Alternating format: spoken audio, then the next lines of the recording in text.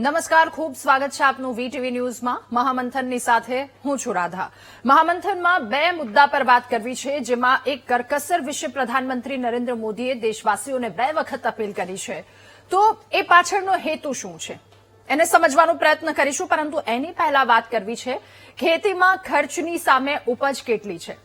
શહેરમાં રહેતા લોકો એક ગ્રામ્ય વિસ્તારમાંથી જ્યારે પસાર થાય ત્યારે એ લીલાછમ ખેતરો જોઈ અને એ લોકોને એવું લાગે કે ખેડૂતોને તો મજા છે, પણ દુનિયાને એ નથી ખબર કે ખેડૂત રાત દિવસ કાળી મજૂરી કરી એ ટાઢ તડકો વેઠી અને લોહીનું પાણી કર્યું હોય ત્યારે એ ખેતરમાં એ હરિયાળી થાય છે. આટલું વેતરું કર્યા પછી પણ જ્યારે એ પાક બજારમાં જાય ત્યારે એના નસીબમાં ઉપજના નામે માત્ર નુકસાન આવે છે. હવે તમે જ વિચારો કે દર વર્ષે ખાતરના બાચકા, બિયારણની થેલીઓ, જંતુનાશક દવાઓના ડબ્બા પર ભાવ વધારાના સ્ટીકરો ચોંટી જાય છે. જે ખાતર લેવા માટે જતા હશે એમને ખ્યાલ હશે કે ડીએપીની 50 કિલોની થેલી એ 1400માં મળતી હતી, હવે 2100 રૂપિયામાં મળે છે. યુરિયામાં પણ કોઈ ખાસ સારી એવી સ્થિતિ નથી. જોકે ખાતરોમાં જે રસાયણો વપરાય છે એ ભારત વિદેશમાંથી આયાત કરે છે, જેની પણ ખાતરોના ભાવમાં અસર થઈ છે.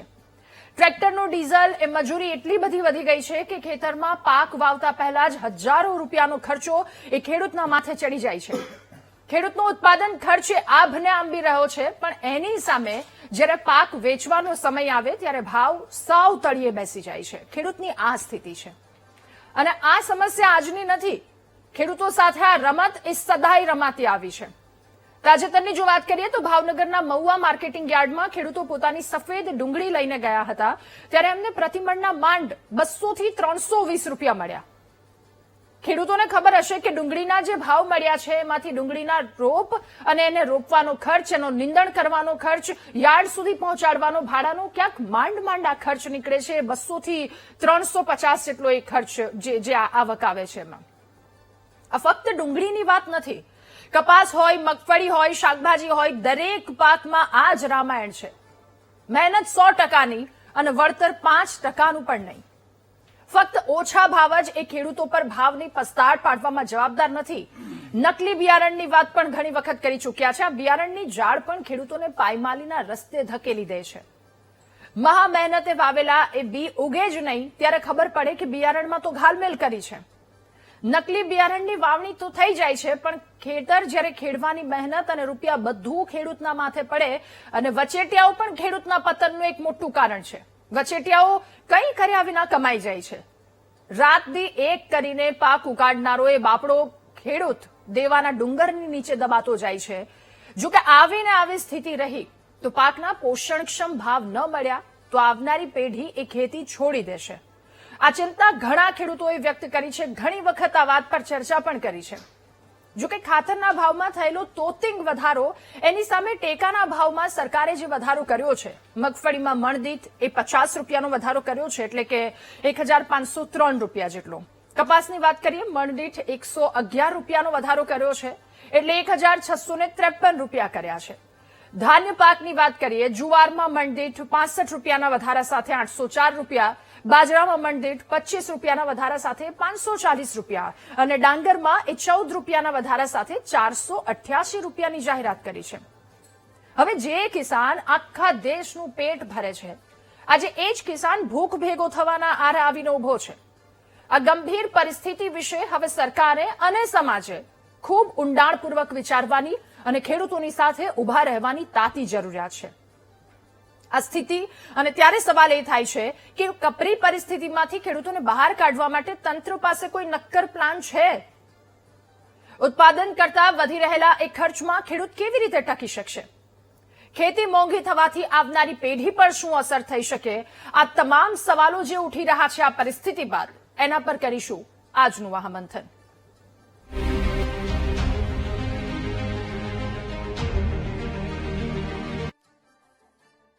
હવે ખાતરનો જે ભાવ છે એને જગતના તાતની કમર તોડી નાખી છે. ખાતરના ભાવમાં ધોરાજીના ખેડૂતોમાં રોષ છે આ ભાવ વધારાને લઈને. ચોમાસા પહેલા જ રાસાયણિક ખાતરમાં ભાવ વધારો ખૂબ વધ્યો છે. ડીએપી, પોટાશ, એનપીએસ અને એસપી જેવા ખાતરો કે જ્યાં ધરખમ ભાવ વધારો ઝીકાયો છે એક કટ્ટાના ભાવમાં અંદાજિત 700 રૂપિયાનો તોતિંગ વધારો કરી દેવામાં આવ્યો છે, એટલે કે 1400-1400માં મળતા ડીએપીની કિંમત હવે 2100 સુધી પહોંચી ગઈ છે. નાનો ખેડૂતે મધ્યમ વર્ગના ખેડૂતો દેવાના ડુંગર તળે દબાવવાની એમને ભીતિ સતાવી રહી છે. શું છે ખેડૂતોની હાલત, કેટલો રોષ છે, એમના જ મોઢે પહેલા સાંભળીએ. જે આ સરકારે મારા કિસાનો જે દયનીય હાલત થઈ ગઈ છે ખાતરના ભાવ વધારાથી 750 રૂપિયા ઠેલીએ ભાવ વધારો ચીકી દીધો છે રાસાયણિક ખાતરની અંદર. આજે હું એમ કહું છું મારા કિસાનો પ્રત્યે, આ કિસાનોએ મારા શું ગુનો કર્યો છે ગુજરાત સરકારને, એટલી મારી નમ્ર અપીલ છે એક કિસાન તરીકે કે બને ત્યાં લગન આ જંતુનાશક દવાના ભાવ જોવે. આ ખેતી બિયારણ કોઈ પણ અમે લેવા જાય છે એ મોંઘું, વેચવા જાય તો સસ્તું, તો કરવું શું? આજે ખાતરમાં એટલો તોતિંગ ભાવ વધારો ઝીકી દીધો છે આ સરકારે. આજે મારા ખેડૂતોની દયનીય હાલત થઈ ગઈ છે. નમ્ર મારી અપીલ છે. ખાતર અત્યારે 800 રૂપિયા થેલીએ વધારો છે તે બહુ અસહ્ય વધારો કહેવાય.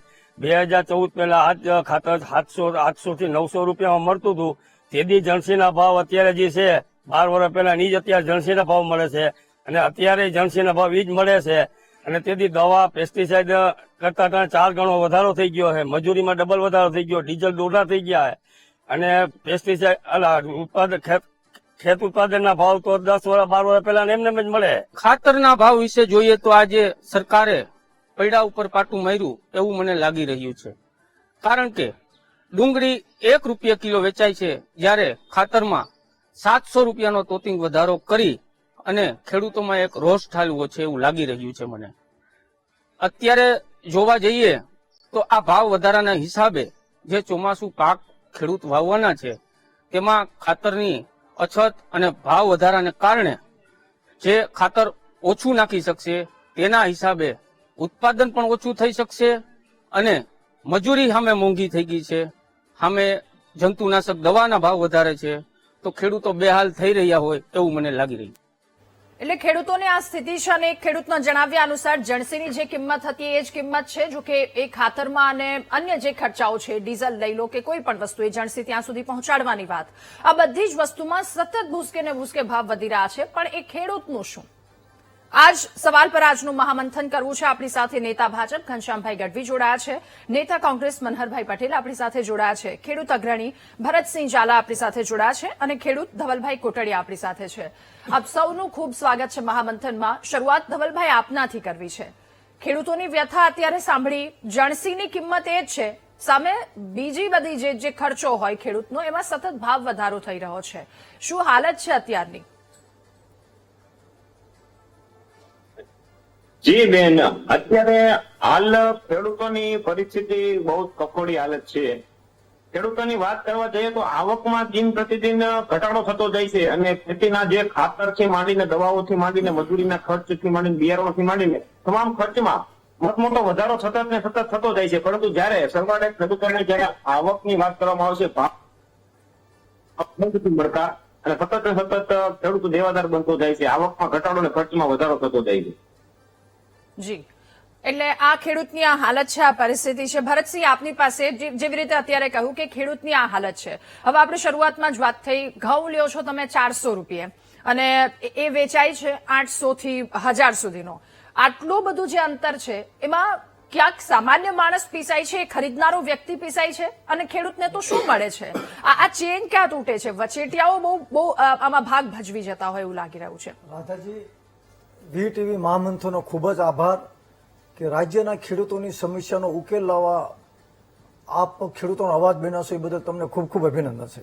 આજે ખૂબ દુઃખ અને લોહીના આંસુ સાથે જણાવવાનું છે કે છેલ્લા ઘણા વર્ષોથી આપ જાણો છો કે ખેડૂતોને કુદરતી આપત્તિમાં કોઈ દી યોગ્ય વળતર ન મળે, ઉત્પાદનનો ખર્ચો વધતો જાય છે, અને જ્યારે પાક આવે ત્યારે જે સરકાર ટેકાના ભાવ જાહેર કરે છે એ અપૂરતા અને અધૂરા છે, અને એની પણ પૂરી ક્યાંય કરતા કે ક્યાંય એ ઉત્પાદનની જેટલું ઉત્પાદન થતું હોય એના 10% તે માર્કેટિંગ યાર્ડમાં માલ જાય છે. તમે વિચાર કરો, અવારનવાર આપણે વડાપ્રધાનશ્રીનું પણ ધ્યાન દોરેલું હતું કે COVID-19માં આ દેશના ખેડૂતોએ દેશને બચાવ્યો હતો. હજી પણ માનવ સર્જિત આપત્તિ આવવાની છે, યુદ્ધ થવાના છે, મહાભારત થવાનું છે. તો એની અંદર જો ગ્રામીણ વિસ્તારનો ખેડૂતો જો ખેતી નહીં કરે તો આપણે ખાઈશું શું? તો તો આ બાબતે અમે અવિરત નોન પોલિટિકલ કોઈ રાજકીય પક્ષ સાથે જોડાયા નથી અને કોઈની ટીકા ટિપ્પણી નથી કરતા, પણ આજની ફુગાવો અને મોંઘવારીના આધારે ભારત સરકાર અને રાજ્ય સરકારે એક ભાવ નિયંત્રણ કાયદો લાવવો પડે. રાજાશાહીમાં નિયમ હતો કે 1 રૂપિયા એકાનો નફો લઈ શકે વેપારી, કે 1 રૂપિયાની ખરીદી કરે તો 1 રૂપિયાને 6 પૈસામાં વેચે. આજે તમને રાધાજી વાત કરું કે ખેડૂતો પાસેથી બટાટા 7 રૂપિયા ખરીદે અને બજારમાં શું ભાવ વેચાય છે? મગફળી 1500 રૂપિયા ટેકાના ભાવ છે, બાકી 1000 રૂપિયા 1200 રૂપિયા ખરીદી કરી. તેલના ડબ્બાના શું ભાવ છે? બાજરી, જુવાર, શાકભાજીનો તમે વિચાર કરો, ડુંગળીની ભાઈએ વાત કરી. તો આ બધું જોતા ભાવ નિયંત્રણ કાયદો હોવો જોઈએ કે ખેડૂતોને વાવણીથી કાપણી સુધીનો જે ખર્ચો થાય એ પ્રધાનમંત્રીજીએ C2+ વત્તા 50% સ્વામીનાથન જે કમિશનની ભલામણ હતી એ ભલામણનું અમલીકરણ કરવા માટે 2014માં વડાપ્રધાનશ્રીએ વચન આપ્યું હતું. સ્વામીનાથનજીને ભારત રત્ન એવોર્ડ આપ્યો, પરંતુ એમની એક લીટીનું પણ પાલન થયું નથી. આજે ભારત સરકારે ટેકાના ભાવ જાહેર કર્યા, કુવામાં ધક્કો દેવાના. કોઈ પણ સરકાર હોય MSP ખેડૂતોને કુવામાં ધક્કો દેવાની વાત કરે છે. MSP એવી જાહેર કરે છે કે ખેડૂતોને ખોટ જાય. આજે દાખલા તરીકે MSP 3500 રૂપિયા જાહેર કરી હોત તો વેપારીઓ જે 3500 થી નીચે ન ખરીદત. અત્યારથી તમે MSP 4 મહિના અગાઉ હાવ ખેડૂતોને કુવામાં ધક્કો દેવાના ભાવ કરો છો એટલે વેપારી ખેડૂતો પાસેથી લૂંટવાના છે. બીજી વસ્તુ કે ભારતનો કાયદો છે લઘુત્તમ વેતનથી ઓછું આપે તો માલિકને સજા થાય. તો તમે MSP જાહેર કરી, એ MSP કરતા ઓછા ભાવે ભારતનો કોઈ પણ વેપારી ખરીદે તો એને આજીવન કેદની સજા થાય એવો કાયદો લાવો. બીજું કે MSP કોણ નક્કી કરે? હું બાઓને મંગલદાસ? આજે ભારત સરકારે દર વર્ષે આ બધી પરિસ્થિતિનો સામનો માત્ર ખેડૂત જ કરી રહ્યો છે. મજૂરી મોંઘી, ખાતર મોંઘું, ડીઝલ મોંઘું. તમે વિચાર કરો, પ્રધાનમંત્રી 12 કરોડ લોકોને, 12 કરોડ ખેડૂતોને વર્ષે 6000 રૂપિયા આપે છે. તો આનો મતલબ એ છે કે વડાપ્રધાનનું ધ્યાન છે કે દેશના ખેડૂતો કમજોર છે એટલે 6000 રૂપિયા આપવા પડે છે. પણ શું 6000 રૂપિયાનું ડીઝલનું પીપળું આવશે? એક ડીઝલના પીપળાના 27000 રૂપિયા થાય છે પર હેક્ટરે. નાબાર્ડના આંકડા પ્રમાણે પર હેક્ટરે 1.25 લાખ રૂપિયાનો ખર્ચો થાય છે. સારું વર્ષ આવ્યું હોય, પૂરેપૂરું ઉત્પાદન થયું હોય તો ખેડૂતોને હેક્ટરે કોઈ દી લાખ રૂપિયા ઉપજ આવતી નથી. તો આ બાબતે સરકારે સંવેદના, સહાનુભૂતિ અને માનવીય ભી રાખી. એક બાજુ દેશનું દેવું વધતું થાય છે. ગુજરાત સરકારનું દેવું 4.5 લાખ કરોડ થઈ ગયું, તો એમાંથી 2 લાખ કરોડ રૂપિયા તમે ખેડૂતોને આપ્યા હોત તો ગુજરાતનો ખેડૂત દેવાદારનો. બીજું કે પ્રધાનમંત્રી, ફરી એકવાર આપની પાસે આવું છું મનહરભાઈ. હવે આપની પાસે જેવી રીતે અત્યારે ભરતસિંહે કહ્યું કે જ્યારે દેશને ખેડૂતની જરૂર હોય, ખેડૂત સતત એની પડખે હોય છે, પણ ખેડૂતને અત્યારે જરૂર છે. ખેડૂતની હાલત શું છે એ ખેડૂતોના મોઢે સાંભળ્યું, અત્યારે જ આ તમામ લોકોની વાત સાંભળી. હવે છેલ્લા 5 વર્ષની વાત કરીએ અથવા તો છેલ્લા 7-8 વર્ષની જો વાત કરી લઈએ, ડીઝલ, વીજળીના ભાવ, ખાતર, આ બધામાં જેટલો વધારો થયો છે, શું સામે MSPમાં એટલો વધારો થયો છે? આ ઇક્વાલિટી કેમ નથી આવતી અને ખેડૂતની સામે કેમ નથી જોવામાં આવતું? નમસ્તે સૌ પેનલિસ્ટ મિત્રોને અને VTVના માધ્યમથી આપણે સૌ ખેડૂતોની, અન્નદાતાઓની ચિંતા કરીએ છીએ. એટલા માટે કરીએ છીએ કંઈક પ્રશ્ન છે, સમસ્યા છે અને સમસ્યાનું નિવારણ કરવા માટે આપણે 25 વર્ષથી મહેનત કરીએ છીએ. સૌ લોકો મહેનત કરે છે પણ સરકારથી આ નિવારણ આવતું નથી. આ વાસ્તવિકતા છે. દેશના અન્નદાતાઓ માટે જે સંવેદના, જે સમજદારી કે જે વ્યક્તિગત રસ્તા અપનાવવા જોઈએ એ અપનાવવામાં સતત ને સતત ગુજરાતની સરકાર છેલ્લા 25 વર્ષથી નિષ્ફળ છે. એનો આપણે આ ચર્ચાનો સંવાદ છે. મૂળ વાત એ છે કે ખાતરના ભાવ વધવા અને બિયારણ કે કોઈ પણ ઇનપુટ્સ છે એના પ્રશ્નો ઉપસ્થિત થવા, એની સામે ખેડૂતોને જે પોષણક્ષમ ભાવ મળવા જોઈએ એ નથી મળતા. આ એક દિવસનો પ્રશ્ન કે એક વર્ષનો પ્રશ્ન નથી. આ તો પરંપરાગત રીતે આપણે પ્રશ્નનું નિવારણને ચર્ચા કરતા આવ્યા છીએ. સરવાળે આપણે શું સમજીએ છીએ અત્યારે? સરકાર તરફથી જે રીતે આ MSPના જાહેર કર્યા રેટ દર વર્ષે કરે છે, પણ આ રાજ્યની અંદર ભાજપા સરકારની એક અમથે હંમેશા મનસા રહી છે કે છેતરવા માટે કોઈ પણ મળે તો માત્ર ખેડૂતને છેતરી દો એટલે એને છેતરવાનો જે ગુસ્સો છે એ ઓછો થઈ જાય છે. સરકાર બીજા કોઈને છેતરી શકે છે નહીં, ઉદ્યોગપતિને છેતરી નહીં શકે, એનું દેવું માફ કરશે, ખેડૂતનું નહીં કરે. તમે કલ્પના કરી શકો છો કે ખેડૂત સાથે એટલો બધો અમાનુષી ભર્યો વ્યવહાર આ સરકાર શું કામ કરે છે? હું તમને એક નાનો એવો દાખલો આપું. આજની MSP જાહેર કરીને એક કપાસનો જ એક દાખલો આપીશ. કપાસની MSP કરી 8,267 રૂપિયા. બરાબર. હવે એ એમએસપી માં એને છેલ્લા કોલમમાં 2013-14 એવું બતાવે છે કે તે દિવસે 2013-14 ની અંદર એમએસપી હતી 4,567 રૂપિયા, એટલે મણના 910 રૂપિયા મળતા હતા. હા. હળાહળ જૂઠ છે. 2014 ની અંદર 1400 રૂપિયા મળતા હતા. આ કાગળ ઉપર એટલું જૂઠું બોલી શકે, એ ભાષણમાં તો ગમે એ જૂઠું બોલી શકે. નંબર 2, એ દિવસે 2022-23 ની આ જ મંચ ઉપરથી મેં ચર્ચા કરી હતી કે 22-23 ની અંદર માત્ર હું કપાસની વાત કરું છું, બાકીના તમામ ક્રોપનો આપણે આના આંકલન કરી શકશું અને મેથેમેટિક પણ નક્કી કરી શકશું. કપાસની ખેતીમાં ઉત્પાદન ખર્ચ હેક્ટરે 1 લાખ રૂપિયા કરતા વધુ છે. 2023 માં આવતો હતો, આજે એના કરતા વધુ છે. હવે 1 લાખ રૂપિયા કરતા વધુ જે હેક્ટરે ખર્ચ આવતો હોય અને હેક્ટરે ઉત્પાદન કપાસનું છે 18.21 ક્વિન્ટલ. આ સરકારી આંકડા હું બોલું છું. હવે 18.21 ક્વિન્ટલ ઉત્પાદન આવે અને 1 લાખ ખર્ચ થાય તો એના 1.5 ગણા કરી નાખો તો 1.5 લાખ થાય. 1.5 લાખ એની સામે એનું ઉત્પાદન આવ્યું એનું ડિવાઈડ કરી નાખો એટલે એમએસપી મળી જાય. તો એમએસપી ત્યારે સરકારે જાહેર કરી હતી કેટલી? 6,000. અને તે દિવસે અમે કીધું હતું કે 8,000 તેદી મળતી હતી, 8,200. આજે 8,267 આપે છે. 3 વર્ષ તમે લેટ ચાલો છો. એક તો બીજા નંબરની અંદર મગફળીની પરિસ્થિતિ જો તમે મોટા આંકડાની વાત એટલા માટે, છેતરપિંડી એટલા માટે શબ્દ પ્રયોગ કરું છું કે મગફળીની અંદર વધારો કેટલો કર્યો એને? 50 રૂપિયા મણે. બરાબર, એટલે કિલો કેટલા થયા? 2.5 રૂપિયા. તમે કલ્પના કરો, ખેડૂતને કેટલું છેતરવાનું સરળ રસ્તો અપનાવે છે, જેને ધૂળ નાખવાનું કામ કરે છે આંખમાં. કપાસની અંદર 110 રૂપિયા વધાર્યા. આ એમના આંકડા પ્રમાણે કહું છું કે ગયા વખતે કરતા આ વખતે 110 રૂપિયા એને વધાર્યા મણે. બરાબર, કિલો કેટલા થયા? 5.5 રૂપિયા. 5.5 રૂપિયા વધાર્યા. અને ડીએપી ના ભાવ કેટલા વધ્યા?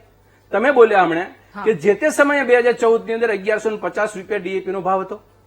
આજે ડીએપી નો ભાવ 700 રૂપિયા તો એક સાથે વધારે એટલે 2100 રૂપિયા પહોંચ્યો. ડીએપી નો ભાવ 20 કિલોએ 280 રૂપિયા વધે, કપાસનો ભાવ 5.5 રૂપિયા વધે. તમે કલ્પના કરી શકો છો આ ડીએપી કેવા ભાવે વધે છે અને કેવી રીતે જણસના ભાવ કેવી રીતે વધે છે અને કેવી રીતે આપવામાં આવે છે. પ્રશ્ન શું છે હું તમને કહું, બરાબર સમજવાનો આ દેશના અન્નદાતા અને રાજ્યના અન્નદાતાઓ અમને કરે. અમે બહુ સબ્જેક્ટિવ મેટર વાત કરીએ છીએ કે આવું શું કામ સરકાર કરે છે. એક સાથે 700 રૂપિયા 50 કિલોની ગુણી ઉપર ભાવ વધારવાનો સરકાર હું અંજાન નથી. સોચી સમજી સાજીશ અને સરકારને ખેડૂતોને છેતરવાનું આ મોટું કારસ્તાન છે. 2 મુદ્દા છે. પહેલો મુદ્દો છે કે સરકાર પાસે મેં 1 મહિના પહેલા સરકારને કાગળ ઉપર ધ્યાન દોરવાનો પ્રયત્ન કર્યો હતો 7મી એપ્રિલે. ત્યારે મેં કીધું હતું કે આપણી ખેતી અને પ્રકૃતિ એનો સમય પાબંદીમાં ચાલે છે. એટલે તમે આ રાજ્યની અંદર જે ખાતર જોઈએ છે, જે એ 390 લાખ મેટ્રિક ટનની ખાતરની જરૂરિયાત છે, એની સામે આપણી પાસે માત્ર 180 લાખ મેટ્રિક ટન છે. તો એ તો 3 મહિના પહેલા આપણને ખબર હતી. યુદ્ધ થવાનું 4 મહિના પહેલા આપણને ખબર હતી કે આ બધા વાતાવરણ બને છે. તો આપણે ત્યાં સ્ટોક કેમ નહોતો? નંબર 2, હવે મેં તમને 2 વાત કરી. 700 રૂપિયાનો ભાવ વધારો, સરકાર પાસે ખાતર નથી. એક સાથે મોટો વધારો કરી દો એટલે ખેડૂતો મોંઘા ભાવનું ખાતર ખરીદવાના નથી. એ ખરીદવા ના આવે એટલે એને જે પાછળ સબસિડી આપી છે ને એ સબસિડી બચી જાય. સરકાર 2 કારસ્તાન કરી છે. એક તો ખાતર આપી શકવાની ક્ષમતા નથી એટલે 700 નો ભાવ વધારો કરો, અને ભાવ વધારો કરો એટલે ખાતર લેવા કોઈ ના આવે, તંગી દેખાય, ખેડૂત ખેતી ખાતર વગરની કરી નાખે, અને એની સામે સરકારને મોટી સબસિડી આપવી પડે છે ખાતર ઉપર, એ બંધ થઈ જાય. બેન રાધાબેન, આ પ્રશ્નની અંદર કૃષિ મંત્રી કે ગુજરાતની સરકાર સંપૂર્ણ સંજ્ઞાનમાં છે. પણ મારો પ્રશ્ન એક અન્નદાતા તરીકેનો છે કે તમે આ 25 વર્ષની અંદર રાસાયણિક ખાતરના ફેક્ટરાઓ ઇક્રિપકો, ઇફકો, જીએનએફસી, જીએસએફસી, ગુજરાતના અને દેશના બીજા 7 ફેક્ટરાઓ, એનો શેર જે છે એ તમે ખાનગી કંપનીને વેચી રહ્યા છો. 30% ખાતર તમને ખબર છે કે આપણે વિદેશથી મગાવવું પડે છે, 30% ઘટ છે, 70% ઉત્પાદન થાય છે. તો આ ઉત્પાદનને પહોંચી વળવા માટે ખેડૂતની ખેતીને આપણે ક્ષેત્રીય વ્યવસ્થાની દ્રષ્ટિએ આપણે આગોતરું આયોજન ન કરી શકીએ. અને એ આગોતરું આયોજન કેટલા વર્ષથી ગુજરાતની સરકાર ભાજપાની છે? 25 વર્ષથી છે.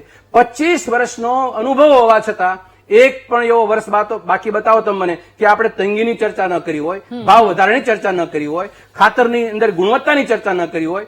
કોઈ સબસિડીની ચર્ચા ના કરી હોય, ખાતરની પરિયોમાં વાત કરું છું કે એગ્રીકલ્ચરની આખાની વાત નથી કરતો. હા. તો આ ચર્ચા કરતા 25 વર્ષ થયા હોય, હવે તો શીખ લો કંઈક સરકાર કંઈક નિષ્ફળતા. મનનભાઈ, એટલે ખાતર, જે રાસાયણિક ખાતર પર નિર્ભરતા ઘટાડવાની હજી વાત કરી છે, તો આનાથી હજુ ખેડૂતો પર કેવી દયનીય હાલત થવાની છે, એ સવાલની સાથે ફરી એકવાર આપની પાસે આવું. પરંતુ ઘનશ્યામભાઈ, એ પહેલા જેવી રીતે મનનભાઈએ આંકડાનો જે તફાવત બતાવ્યો છે, 5 રૂપિયાથી લઈ અને 2100 સુધીની, ડીએપીની 2100 અત્યારે કિંમત પહોંચી છે, ₹14.50 જે એમએસપીમાં વધારો કર્યો છે આ વખતે, શું એનો ખર્ચ જે થઈ રહ્યો છે ખેડૂતનો, એની સામે પૂરતો છે? રાધા, હું પણ એક ખેડૂત છું અને મને પણ ખેડૂતની વેદનાઓ કે ખેડૂતને શું તકલીફ પડે એ ખબર છે. અને મને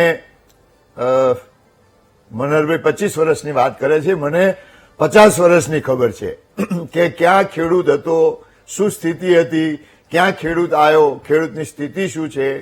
મનહરભાઈ નિષ્ણાત છે એટલે આંકડાઓ લઈને આવે છે, પણ આ દેશના વડાપ્રધાન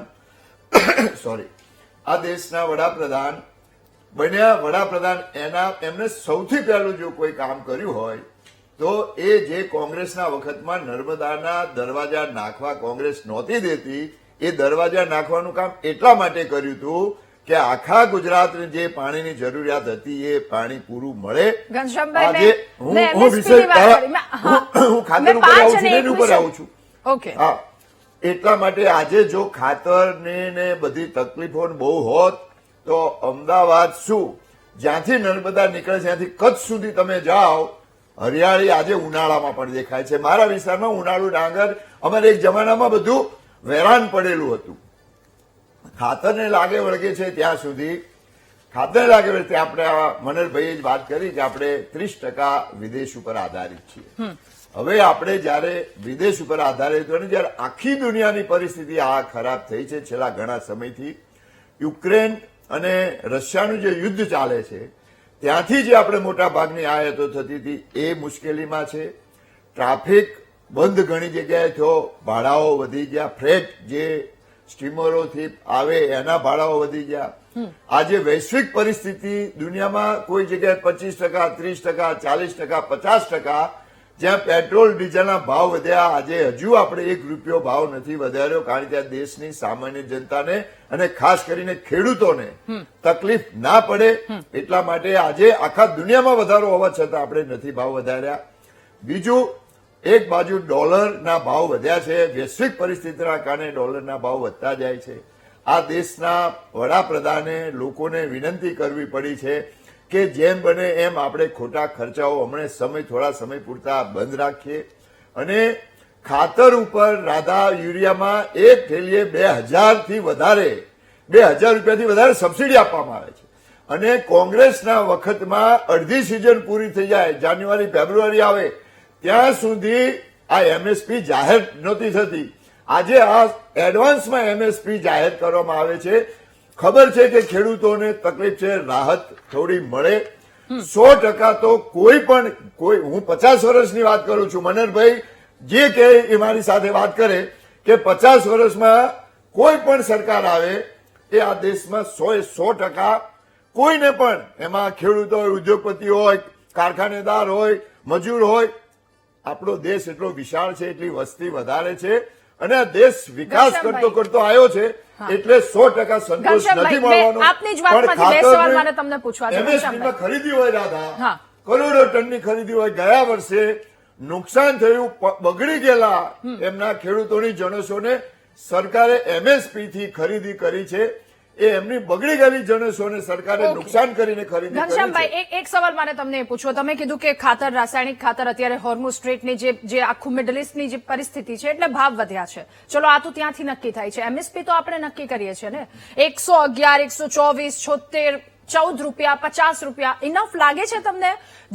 જે ખેડૂત આખા દેશનું પેટ ભરે છે અને ₹14 વધારો, ₹111, આ ઇનફ લાગે તમને? રાધા, એમએસપી ની સાથે સાથે ખેડૂતોને એક જમાનામાં 18% ધિરાણ લેવું પડતું હતું, આજે 0% લે છે. પશુપાલન માટે એક પશુએ 35,000 વગર વ્યાજે એટલે 1.5 લાખ સુધી એક વ્યક્તિને આપવામાં આવે છે.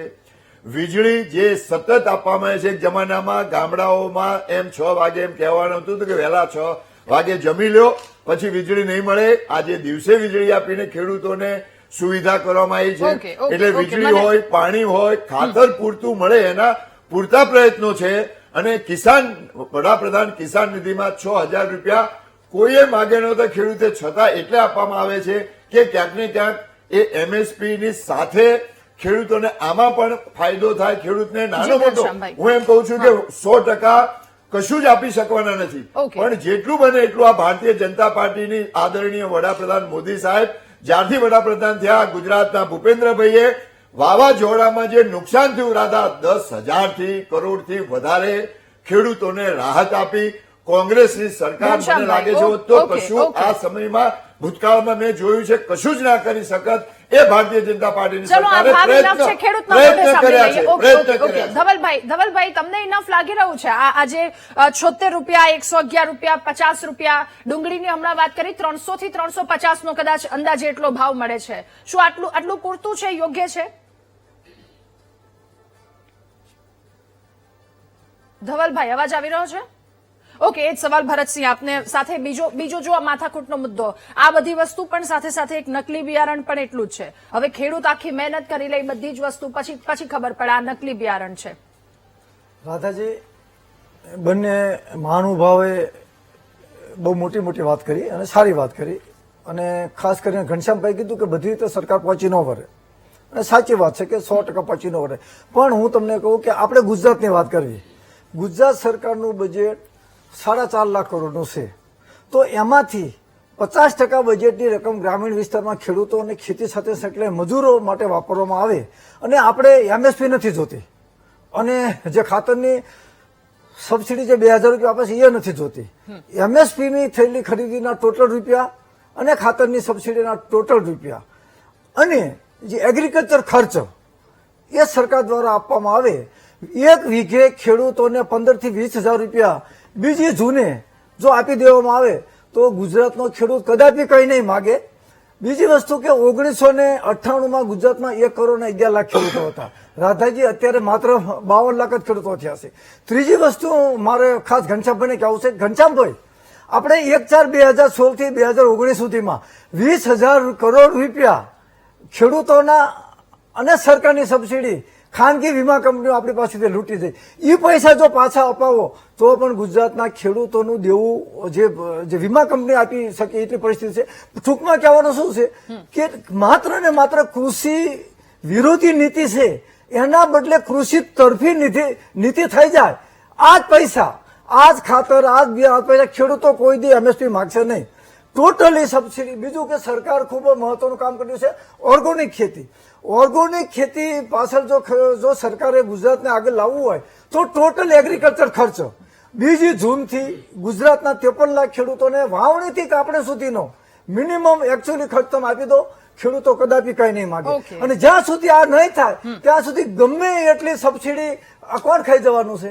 કંપનીઓ વાળા. ખેડૂતના જે રીતે 6,000 રૂપિયા ખેડૂતના ખાતામાં આવે છે, એવા દર વર્ષે ખેડૂતોને જે વાત કરી કે 1 હેક્ટરને 15,000 રૂપિયાનો ખર્ચો થાય છે, એવા ખેડૂતોના ખાતામાં અંદાજિત મિનિમમ સપોર્ટ જે રીતે બહુ વાત કરી કે ભૂપેન્દ્રભાઈ પટેલે 10,000 કરોડ રૂપિયા અતિ નુકસાનીનું વળતર આપ્યું, એ જ રીતે 50,000 કરોડ રૂપિયા 2026માં વાવણીનો ખર્ચો આપી દો, ખેડૂતો કદાપી નહીં ભાગે. ઓકે.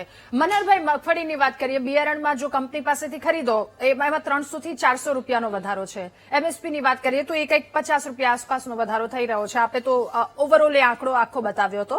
એટલે એ આખો મેથેમેટિક્સ. અને સાથે બીજો સવાલ મારે આપને એ પણ કરવો છે કે જે અગાઉ જ એ સવાલ પૂછ્યો હતો કે હજુ જે સંકટ આવવાનું છે દેશના માથે આ તમામની વચ્ચે ખેડૂતોને સંયમ રાખવાનું કહેવાયું છે કે રાસાયણિક ખાતરો ન વાપરો, નિર્ભર એક આપણી તરફ એ જે વાત છે એના પર થવાનું કીધું છે. પરિસ્થિતિ કેટલી કથળી શકે? આગામી સ્થિતિ શું આવી શકે ખેડૂતોની? બેન, એક વાત બહુ સાફ છે. સરકારનો અભિગમ જે છે ને એ સાયન્ટિફિકલી અભિગમ હોવો જોઈએ. સરકારનો અભિગમ માત્ર થાળી ટપટપાવે કે રાતે 8 વાગે મીણબત્તી કરે આ દેશનો ઉદ્ધાર નથી થવાનો. તમારે દેશનો વહીવટ કરવાનો છે. હું તમને એક સામાન્ય ઘનશ્યામભાઈ ભૂતકાળની ખૂબ મોટી વાતો કરી, પણ તમે જમીન સ્થળ ઉપર ક્યારે આવશો? જે કંઈ કર્યું તો કર્યું, પતી ગયું વાત. આજે વર્તમાન છે.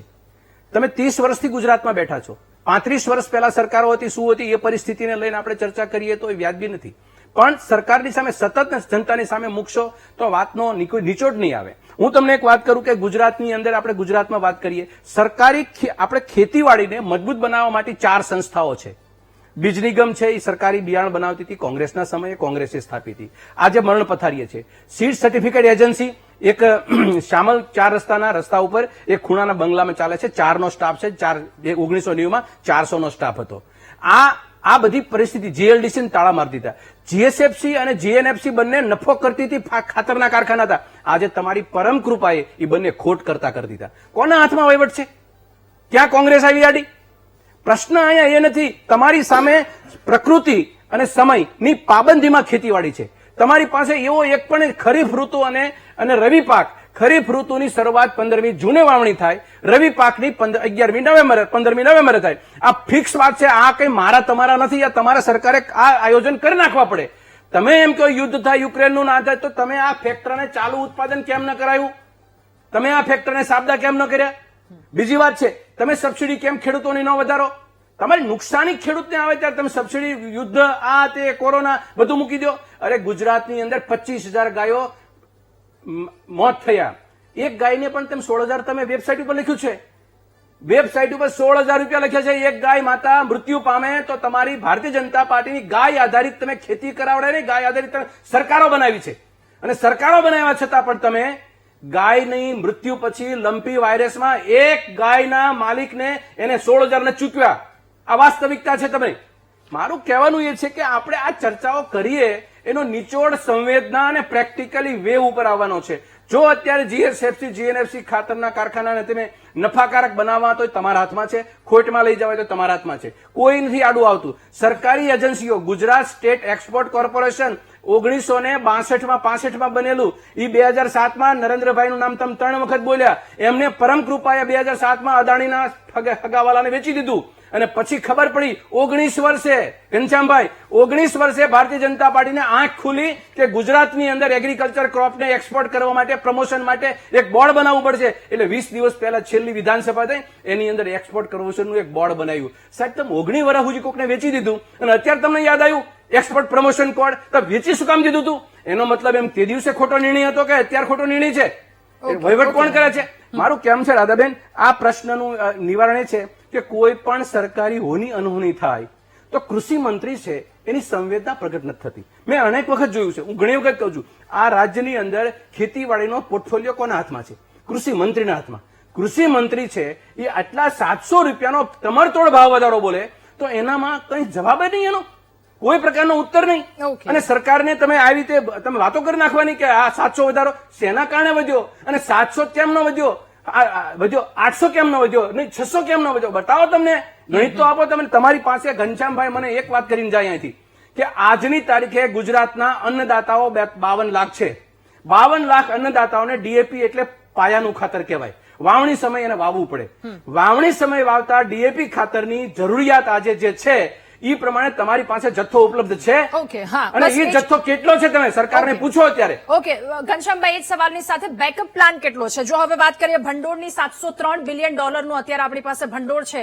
એ 60-70 દિવસ આસપાસની જો વાત કરી લઈએ તો એટલું બેકઅપ આપણી પાસે છે. એ તેલની અલગ અલગ જગ્યા પરની વાત કરીએ તો આટલું બેકઅપ છે. હવે આ જે ડીએપી ની વાત કરવામાં આવી રહી છે, કેટલું બેકઅપ છે? ખેડૂતોની શું હાલત થશે જો આ યોગ્ય પ્રમાણમાં પગલા ન લેવાયા તો?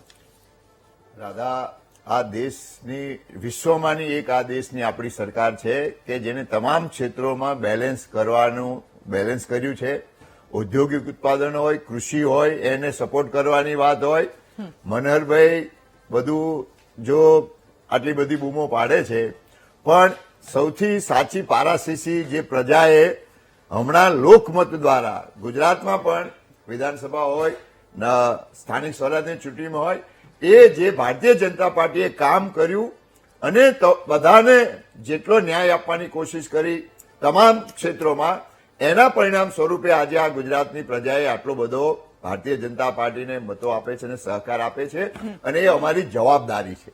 એટલે તમામ ક્ષેત્રે જ્યાં પણ કોઈ નાના મોટા પ્રશ્નો હોય, ફરીથી કહું છું કે વૈશ્વિક પરિસ્થિતિ ખરાબ થઈ એટલે આપણે, અને કોઈને કલ્પના નહોતી કે કોઈ યુદ્ધ આટલા લાંબા ચાલશે. જેમને યુદ્ધ શરૂ કર્યા છે એમને પણ ખબર નહોતી કે આ યુદ્ધ આટલા લાંબા ચાલશે. એ રશિયા અને યુક્રેનનું હોય કે ઈરાન, ઈરાક અને અમેરિકાનું જે અત્યારે વોર ચાલી રહ્યું છે એમને પણ કદાચ ખબર નહોતી કે આટલું ચાલશે. એટલે આમાં કોઈ એમ કે અમે એડવાન્સમાં બધું પ્લાનિંગ કરી દઈએ તો આનું પ્લાનિંગ ના હોય. આ જે બીજા લોકો યુદ્ધ કરે છે એનું પ્લાનિંગ ઇન્ડિયા રાધા ના કરી શકે. અરે ના, બિલકુલ નહીં. ઘનશ્યામભાઈ, સવાલ એ છે બેકઅપ પ્લાન એ ડીએપી ને જે આપણું મૂડમાં છે. તમે અગાઉ કહ્યું કે આપણે અછતને લઈને વારંવાર ચર્ચા કરી છે, તો એ બેકઅપની વાત કરી રહ્યા છે. રાધા, આજે એક પણ ક્ષેત્રે હજુ તકલીફ નથી પડી. ખાતર માટે હજુ એવી કોઈ આ દેશમાં ગંભીર પરિસ્થિતિ ઉભી નથી થઈ કે મનહરભાઈને આટલું જોરથી બોલવું પડે. આ સરકારે તમામ ખાતરનું હોય, પેટ્રોલનું હોય, ડીઝલનું હોય, તમામ ક્ષેત્રે, એડિબલ ઓઇલ હોય, તમામ ક્ષેત્રે પૂરેપૂરી વ્યવસ્થા કરી રાખી છે. અને કોઈને હું ખેડૂતોને વિનંતી કરું છું કે કોઈ તમને ખોટી રીતે ભરમાવે તો ના ભરમાવશો. પણ હા, વૈશ્વિક પરિસ્થિતિ ખરાબ છે. ખુદ વડાપ્રધાને વિનંતી કરી છે. એટલે દેશના તમામ લોકોએ, વિરોધ પક્ષોએ ખાસ કરીને આની રાજનીતિ નહીં કરવી. ખરાબ પરિસ્થિતિ હોય ત્યારે તમામ લોકોએ સાથે રહીને બધાને કંઈક ને કંઈક નાના મોટા તકલીફોમાં બહાર કાઢવા માટે જયારે પ્રયાસ થતા હોય ત્યારે બધાએ સાથે મળીને કોઈ પણ સંકટનો સામનો કરવો જોઈએ. અને પહેલા સરકાર ઈચ્છે છે કે કોઈને માથે સંકટ ના આવે. ધવલભાઈ, ખૂબ જ ટૂંકમાં આપની અંતિમ પ્રતિક્રિયા. જે ભાવ વધારો થઈ રહ્યો છે, સામે ખાતરને લઈને ની બધી વસ્તુને સામે એમએસપી, શું માંગ છે, શું હવે શું ઈચ્છી રહ્યા છો? ભાજપના પ્રવક્તાએ જે વાતો કરી છે, ખરાબ પરિસ્થિતિ છે, તો એનો શું ભોગ હર વખતે ખેડૂતોએ જ બનવાનું છે? સરકાર જયારે મોટા તાઇફાઓ કરે, ગત અમારા જિલ્લામાં વડાપ્રધાન શ્રી આવ્યા ત્યારે હજારો, બસો અને હજારો કિલોમીટર ખાલી બસો દોડાવવામાં આવી છે. તો એ બધા ખર્ચા, કરોડોના ખર્ચા કરાવે છે ને છેવટે ભોગ એ ખેડૂતોએ જ બનવાનું કે શું? ઓકે, ભરતસિંહ, ફટાફટ આપની પાસેથી અંતિમ પ્રતિક્રિયા મુદ્દા. સરકારે સંવેદના, સહાનુભૂતિ અને માનવીય અભિગમ રાખી સૌ પ્રથમ તો પહેલા ગુજરાતના ખેડૂતના તમામ દેવા બીજી જૂન સુધીમાં માફ કરી દેવા જેવી અને ટોટલ જે એગ્રીકલ્ચર ખર્ચો થાય છે એ રાજ્ય સરકારે ટોટલ બજેટના 50% બજેટની રકમ ખેડૂતોને આપવી પડે. ઓકે, મનહરભાઈ, આટલો જે ડિફરન્સ દેખાઈ રહ્યો છે, સૌએ સાથે મળીને આના પર કામ કરવું જોઈએ તો ખેડૂતોની આ હાલત એમાંથી બહાર નીકળી શકે. અંતિમ પ્રતિક્રિયા ખૂબ ટૂંકમાં. દાદાબેન, એક વાત મેં સ્પષ્ટ કરી. વિપક્ષ છે એ ખૂબ જવાબદારીપૂર્વક આ વાત મૂકે છે. દુર્ભાગ્ય એ છે કે અમને અમારા સવાલનો જવાબ અન્નદાતાઓ માટે બોલ્યો હતા. અમે અન્નદાતાઓ વતી નથી બોલ્યો. અન્નદાતાઓ વતી બોલ્યા હોય તો તમે આડીઅવળી વાતો કરી શકો, પણ અન્નદાતા માટે બોલ્યા છે. તમને અઢળક મતો આપે છે અને મતોનું તમારે એનું મૂલ્યાંકન કરીને એને આ અન્નદાતાઓને જવાબ આપવાનો છે. તમે કેવી કેવી વાતો કરો છો? ભારતીય જનતા પાર્ટી પાસે આ સિવાય બીજી કઈ વાત નથી. મુદ્દો મારો એ છે કે જે રીતે ગુજરાતની ખેતી, 52 લાખ અન્નદાતાઓની પરિસ્થિતિ, એક પણ મુદ્દામાં તમે કઈ સફળ નથી થતા. તો કંઈક ચર્ચા કરો. અમારા જેવા માણસોને બોલાવો, તમે તાર જસ તમે લઈ જજો, પણ કંઈક સાંભળો. કારણ કે આ સાંભળવાથી અન્નદાતાનું ખૂબ ભલું થશે, પેઢીઓ સુધરી જશે. આવનારા દિવસોની અંદર આ વસ્તુની જરૂરિયાત છે કે સાનુકૂળ વાતાવરણ બનાવી અન્નદાતા. કારણ કે પીડા એટલા માટે છે ઘનશ્યામભાઈ કે અમે આ ચર્ચાઓ 10 વર્ષમાં લગભગ 50 વખત કરી ચુક્યા છીએ એકના એક વિષય ઉપર. એટલે આ વિષય ઉપર વારંવાર ચર્ચા ન કરવી પડે. મુદ્દાનું સમાધાન જોઈએ છે. અમારે કોઈ ચર્ચાના વિષયની અંદર તમારી સાથે દુશ્મન ભાવ ઉભો કરવાનો કોઈ ઈરાદો નથી. ઘનશ્યામભાઈ, આ સમસ્યા સમાધાન જોઈએ છે અને ખેડૂતોને બહુ આશા છે. હું આ બંને મિત્રોને કોઈને દુશ્મન સમજતો નથી. મનહરભાઈને ખાસ દુશ્મન સમજતો નથી. એમના સારા સૂચનો હોય પ્રજાના હિતમાં સ્વીકારે અને સ્વીકારાશે. પણ હું એમ કહું, ખાલી ભાજપ ખોટું જ કરે છે, ભાજપે 25 વર્ષમાં આ કર્યું, એવી વાતો ખોટી ના કરો. ભાજપે શું કર્યું અને એના કારણે આજે સમૃદ્ધિ ગુજરાતની કેટલી વધી, ખેડૂતો પણ આજે સુખી છે. હા, મેં ફરીથી કહું છું કે 100% તો કોઈ સંતોષ નથી આપી શકતા, પણ આ સરકારે જે એમને સાયન્ટિફિક અભિગમ, હું સાથે સાયન્ટિફિક સાથે માનવીય અભિગમ સાથે ભારતીય જનતા પાર્ટીની અને ગુજરાતના મુખ્યમંત્રી કામ કરે છે અને કરશે. આપ સૌનો ખૂબ આભાર મહામંથનમાં અમારી સાથે જોડાવા બદલ, આ મુદ્દા પર ચર્ચા કરવા બદલ. તો ખેડૂતોની આ સમસ્યા છે અને સમસ્યાનું જલ્દી સમાધાન આવે એ આશાની નજરે ખેડૂતો જોઈ રહ્યા છે. બીજા મહત્વના મુદ્દા પર ચર્ચા કરીશું. રોકાઈએ એક બ્રેક માટે.